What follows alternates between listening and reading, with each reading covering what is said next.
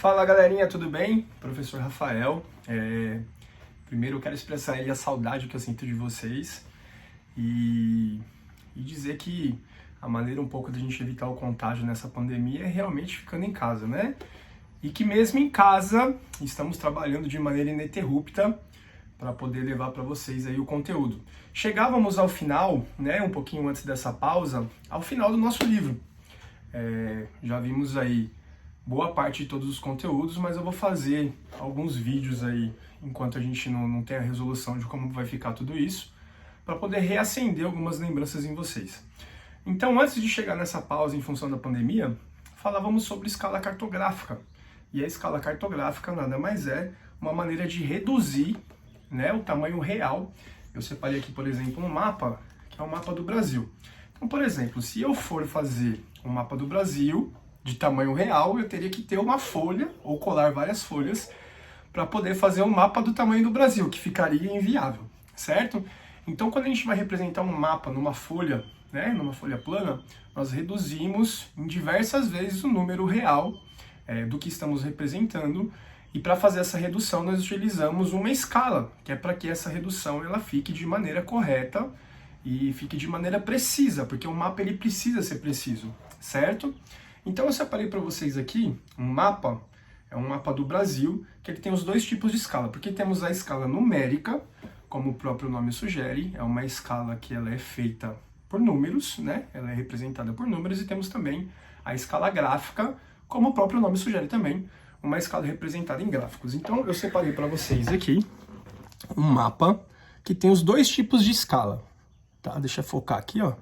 Então nós temos aqui a primeira escala, que é a escala numérica, no caso desse aqui, 1 por 45 milhões de centímetros. Quer dizer que se eu pegar uma régua e medir esse mapa aqui, cada centímetro da régua que eu estou medindo aqui equivale, na vida real, a 45 milhões de centímetros.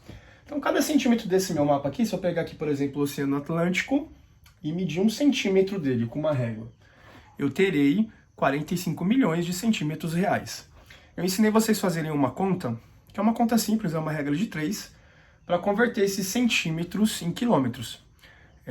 Porque aí fica mais fácil da gente interpretar, né? Quando a gente está falando de centímetros, são muitos números muito grandes, então fica complicado da gente fazer a interpretação correta. Eu ensinei para vocês, além da regrinha de 3, tem um truquezinho simples quando o número é composto como esse, 45 milhões de quilômetros, que eu simplesmente corto os últimos 5 zeros. Nesse caso aqui de 45 milhões, se eu cortar 5 zeros, eu terei o número 450. Como falava para vocês agora há pouco, esse mapa ele tem os dois tipos de escala, a numérica e a cartográfica. A gráfica, na verdade, né? Cartográfica é em função do mapa, porque é uma escala que está no mapa. Então eu tenho a numérica representada por números, e eu tenho nesse mesmo mapa aqui, por isso que eu separei de exemplo para vocês, uma escala gráfica. Podem ver que na escala gráfica aqui, ó, é o desenho de uma réguazinha que já traz essa conta feita. Então eu tenho aqui 450 quilômetros. Relembrando, isso quer dizer que se eu pegar uma régua e medir, cada centímetro desse mapa equivale a 450 quilômetros na vida real. Certo? Então fizemos alguns exercícios durante a sala aí, né, durante as aulas, em que a gente pegava a régua, media os mapas, calculava a distância real de uma cidade para outra em linha reta, né?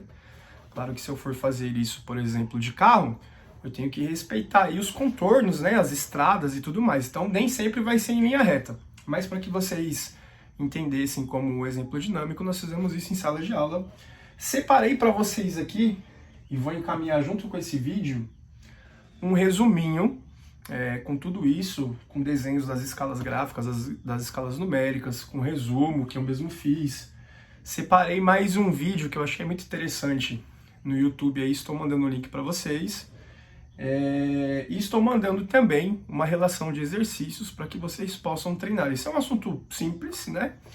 Mas a gente precisa treinar, a gente precisa reacender essas lembranças aí.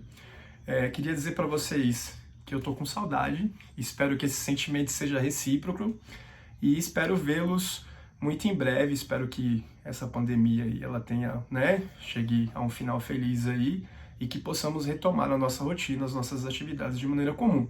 Mas enquanto nós não podemos, né, porque a maneira de evitar o contágio é realmente ficando em casa, enquanto a gente não consegue, não pode, né, efetivamente fazer isso, eu estou encaminhando para vocês, porque eu vou precisar fechar a nota de vocês, certo? Então eu estou encaminhando aí uma série de exercícios e liberei também lá no Portal Positivo as atividades, mas eu tenho observado que muitos de vocês não têm feito.